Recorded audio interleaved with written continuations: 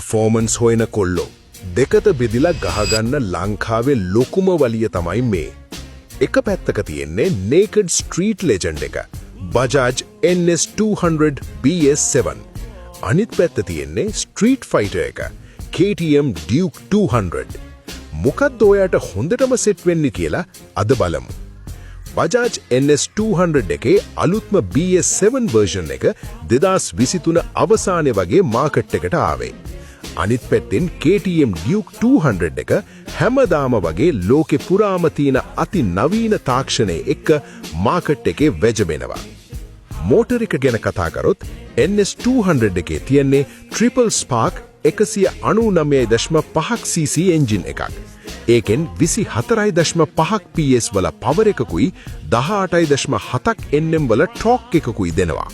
හැබැයි මතක තියාගන්න Duke 200 කියන්නේ වෙනම ලෙවල් එකක්.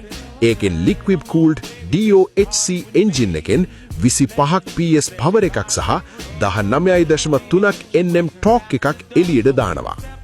Duke එකේ තියෙන ඒ instant pickup එක NS එකට වඩා ගොඩක් ඉස්සරහින් තියෙන්නේ. මේ බයික් දෙකටම එන්නේ 6 ස්පීඩ් ගියර්බොක්ස් එකක්. හැබැයි Duke එකේ gear shifting හරිම smooth. NS එකේ තියෙන්නේ ටිකක් hard raw ගතියක්. high speed යද්දි NS එකේ gear ratio එක හදලා තියෙන්නේ දිගටම ඇදගෙන යන්න. දැන් තමයි හොඳම හරිය.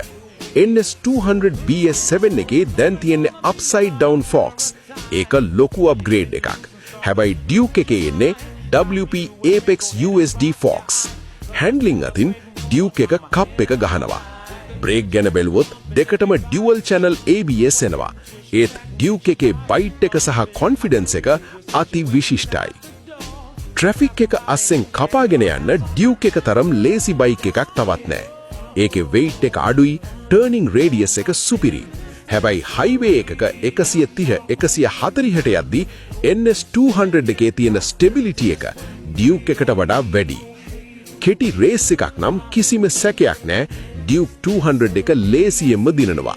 හැබැයි drag race එකක් ගියොත් top speed එකේදී NS200 එක Duke එක පහු කරන්න ඉඩ තියෙනවා. මොකද Duke එකේ top end එක limit කරලා තියෙන හින්දා. ලංකාවේ තෙල් මිලත් එක්ක මේකත් වැළගත්. NS200 එකේ ලීටර එකට 35ක් 40ක් වගේ කරන්න පුළුවන්. Duke එකේ සාමාන්‍යයෙන් 38ත් 5ත් වගේ තමයි වෙන්නේ. ඉතින් පොකට් එකට වාසි NS200 එක.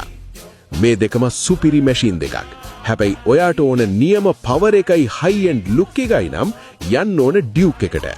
ඔයා බලන්නේ ස්ටෙබිලිටි එකයි පෙනුමයි අඩුවට මේන්ටේන් කරන්නයි නම් NS එක තමයි තීරුම. මේ දෙකෙන් ඔයා කැමතිම මොකේටද? කමෙන්ට් එකක් දාන්න. Safe ride.